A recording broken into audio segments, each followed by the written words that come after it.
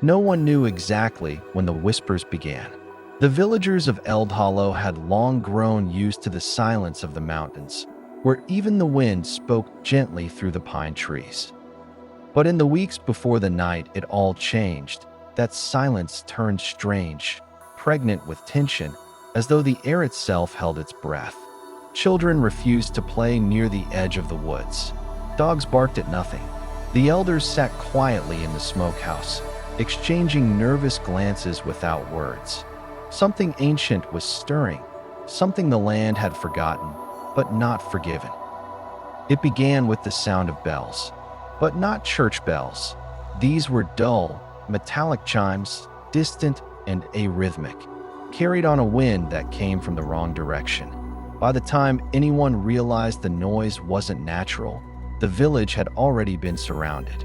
Figures moved between the trees, too tall, too fast. No torches, no voices, just the sound of rustling leaves and the flicker of pale eyes. Then screams. Doors burst open. Women were dragged from beds, children thrown aside. The men, confused and half-dressed, fought with axes and farming tools, but it was like striking shadows. And by dawn, they were gone, leaving behind silence, broken walls, and a grief that boiled into rage. They buried their dead beneath the great ash tree on the hill, an ancient tree older than the village itself. The sky wept ash and snow. The 10 remaining men, the strongest and most scarred, stood before the graves in silence.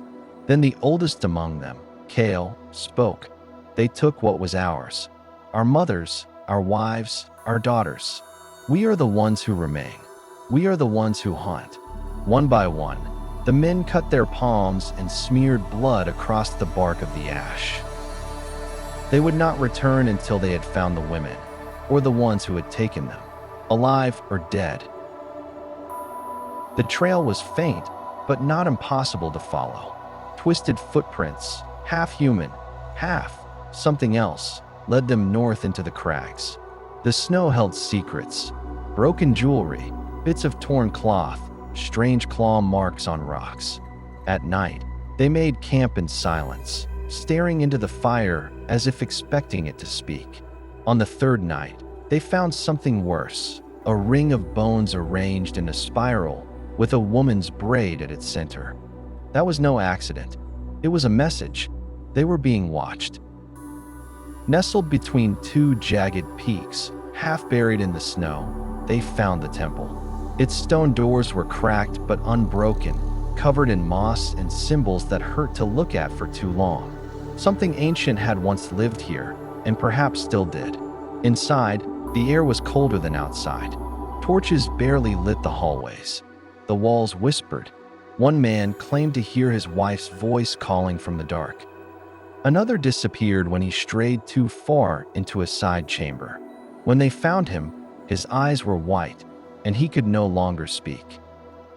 They camped inside the outer chamber of the temple, forming a tight circle with their backs to the ancient stone. The wind howled through unseen cracks, echoing in strange harmonics.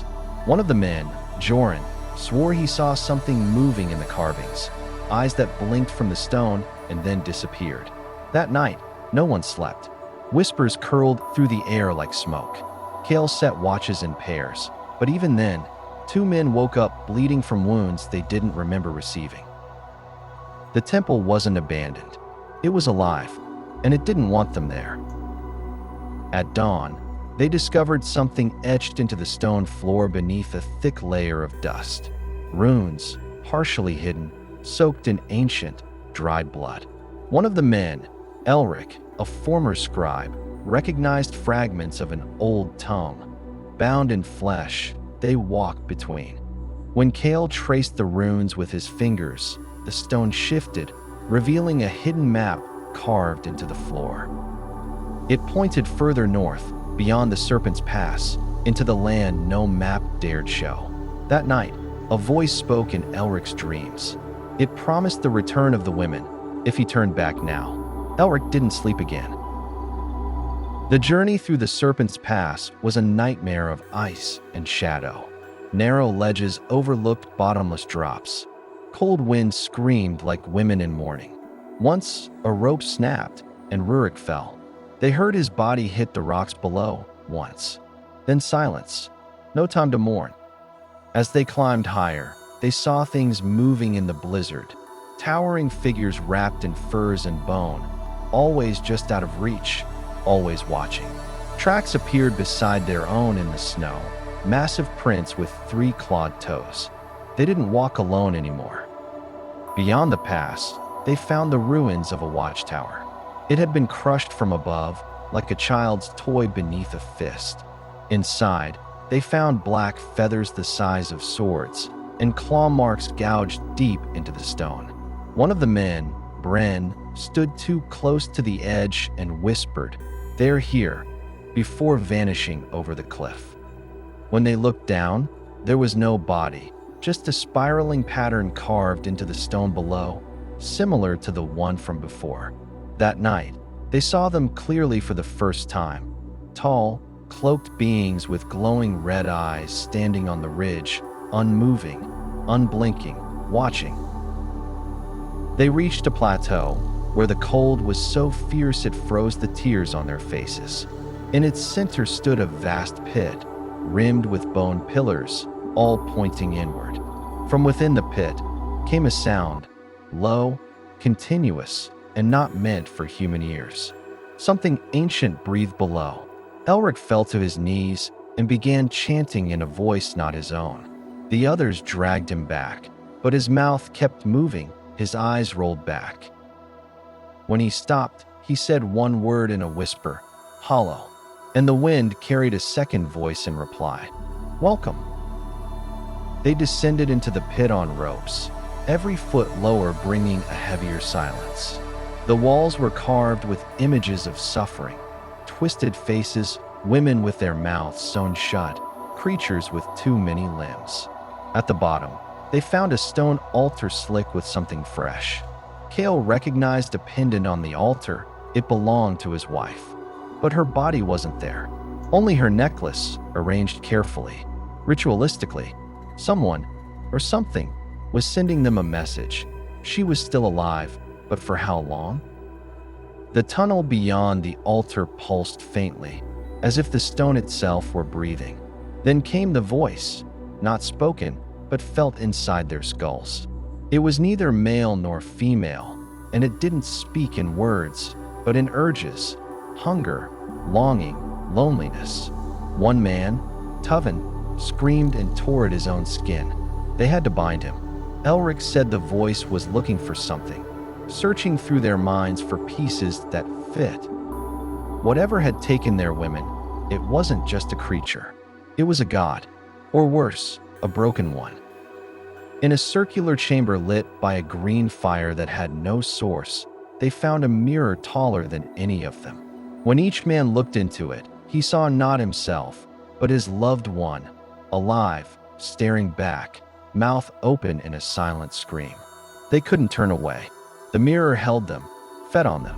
Kale smashed it with his axe, and the image inside fractured, splinters showing dozens of faces, all begging. For a moment, they heard them, the real voices, calling from somewhere very far away, as if beneath water. Their path led into a field of bones, miles wide, bleached and brittle. But as they stepped in, the bones moved. Not alive, but arranged. Every step revealed a new symbol, a new pattern. Elric, now pale and silent, walked ahead of the group, following an unseen command. Kale wanted to stop him, but each time they tried, the bones shifted beneath their feet, reshaping the path. In the center of the garden, they found a statue, a woman made of stitched-together remains. It wore a crown of teeth, and it wept blood. The path ended at a staircase carved into the earth itself. It descended so deep that the torches struggled to stay lit. As they went down, gravity felt wrong. Some claimed they were walking on the ceiling, others on nothing at all. The air was wet and thick, and the only sound was a slow, rhythmic thump, like a heartbeat miles below. Then, they saw the gate, Huge, black, made of bone and stone fused together. It was covered in locks, and beside it, a single carving. To open the way, one must give back what was taken.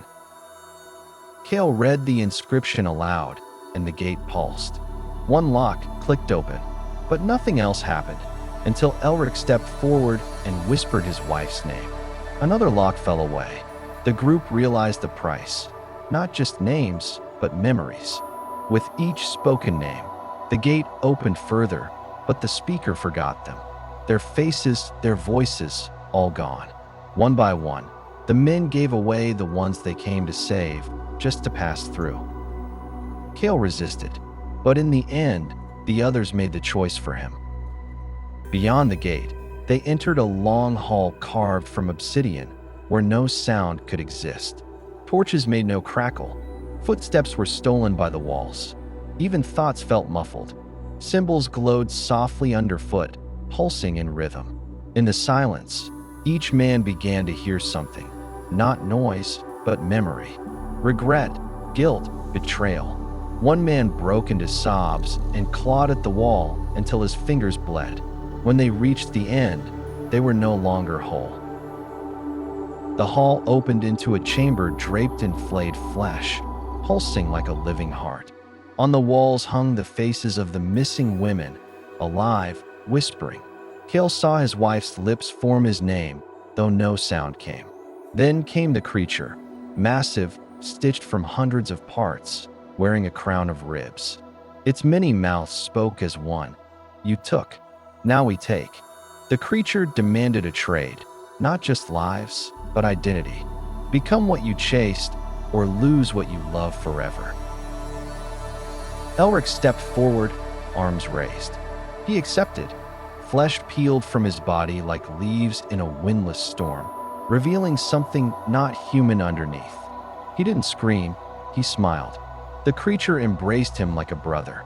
One man fled, another vomited. Kale held his axe, trembling. The cost of salvation was becoming part of the horror. The creature whispered, "One of you must stay, forever."